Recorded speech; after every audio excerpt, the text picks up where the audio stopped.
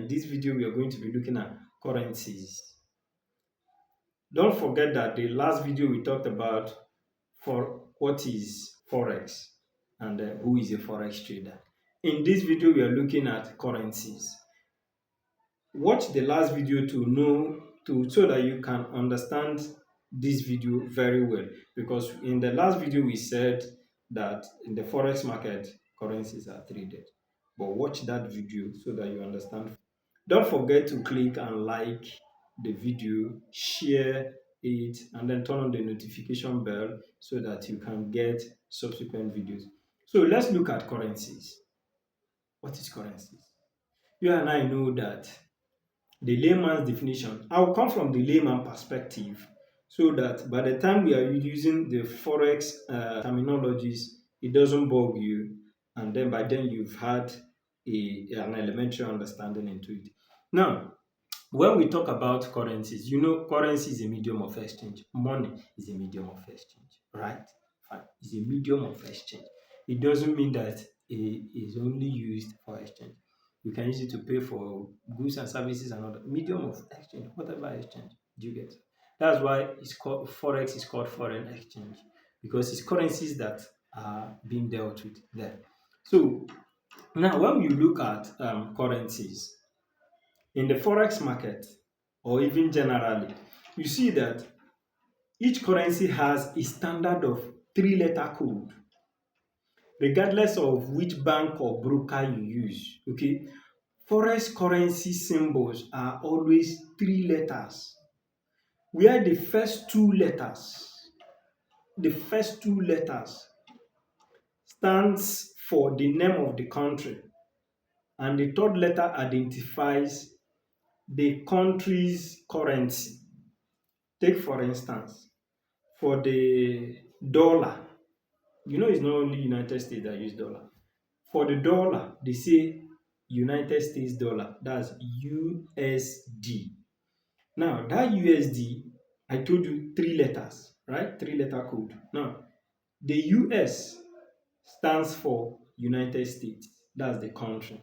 The D there stands for dollar, that's their currency. For the United Kingdom, for the Britain, you see GBP, meaning Great British Pounds. Now, GB, meaning Great Britain, is the country, while pounds, is the currency they use. Now, let me come down to Africa. You see Nigerian Naira, NGN. N and G stands for Nigeria, while the other N, the last N, stands for Naira.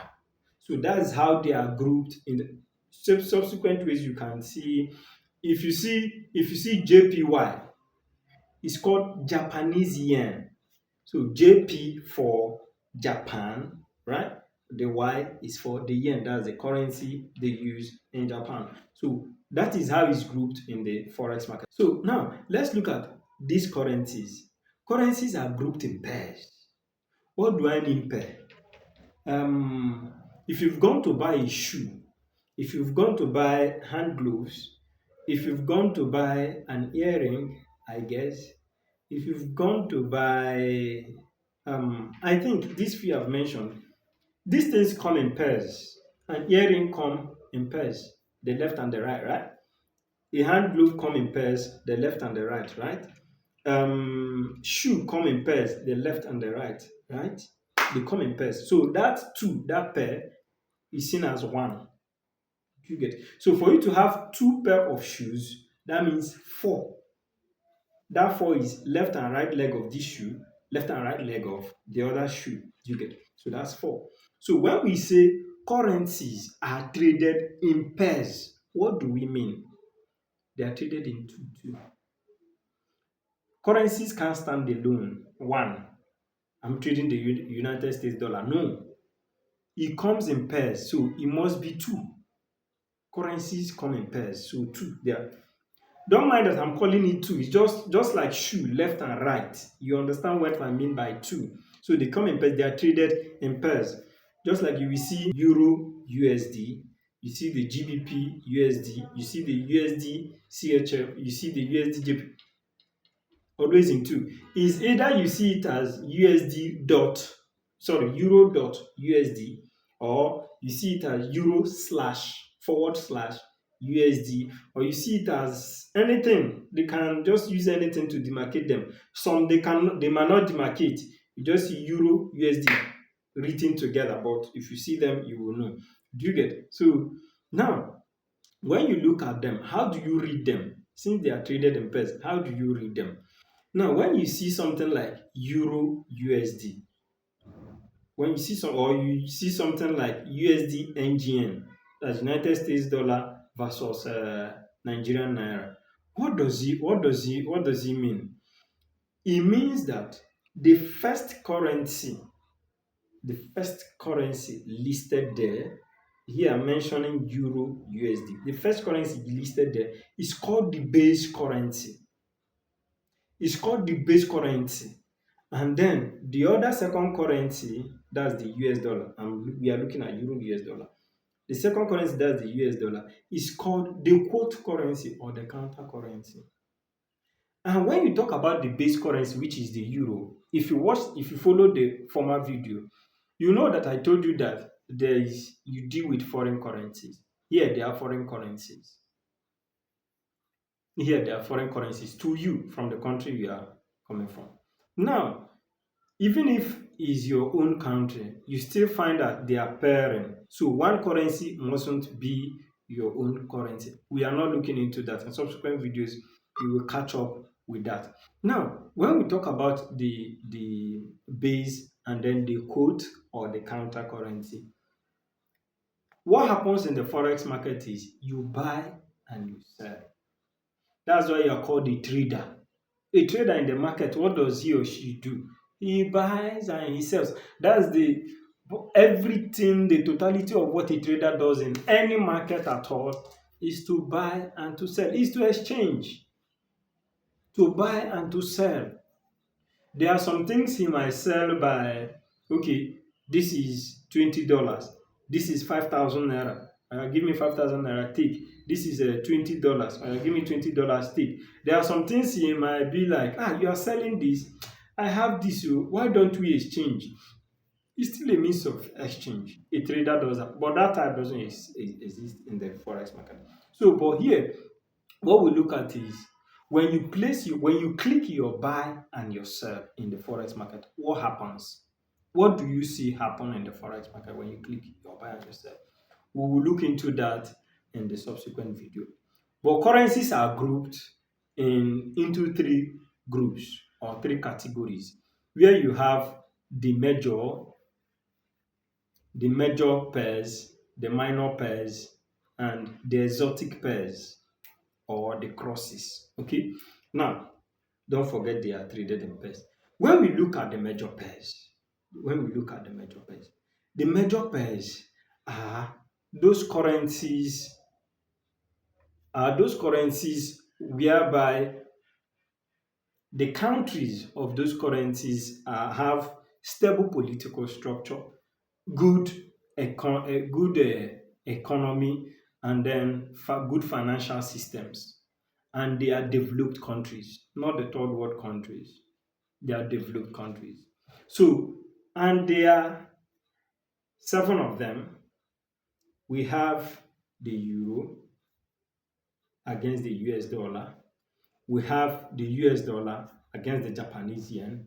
We have the British pounds against the dollar. We have the US dollar against the Swiss franc. We have the US dollar against the Canadian dollar. We have the Australian dollar against the US dollar. We have the New Zealand dollar against the United States dollar. These are the major currency pairs. What makes them major? I've said it. And another reason, vital reason why they also a major pair is they are all grouped, they are all paired, they are all paired with the United States dollar. Each and every one of them is paired with the United States dollar. Then let's look at the minor pairs or the crosses. When you look at the minor pairs or the crosses, I will give you a definition with the word crosses. That crosses means that the major pairs, when they cross each other, when they remove the United States dollar from them, they stop being major. Yes, because United States dollar paired with them is one of the reasons why they are major pairs. When they remove the United States dollar from them and they decide to pair themselves, they are now minor pairs or crosses. Okay, where you have just be crossing them and remove United States dollar from them. Where you have the GBP against the JPY, the Canadian dollar against the Australian dollar, the NZD against the CHF, and all of that. Okay, once you start pairing each and every one of them against the other, you get exactly what you call crosses or minor pairs. Then the last group of currency pairing is the exotic pairs. The exotic pairs. What do we mean? These exotic pairs has to be with a currency. The pairing now has to do with a currency of a developed country.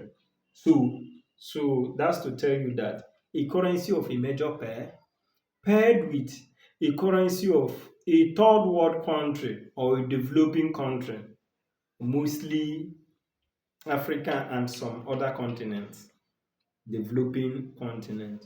Okay, something like when you have the United States dollar against the Turkish lira, or when you have the euro against the Turkish lira. Don't forget that both the United States dollar I mentioned and the euro are still part of the major pair. Or when you have the United States dollar against the South African rand, or when you have the United States dollar against the Mexican peso, or when you have the United States dollar against the Nigerian naira. These are exotic pairs. So thank you guys. That's where we'll be ending today's video.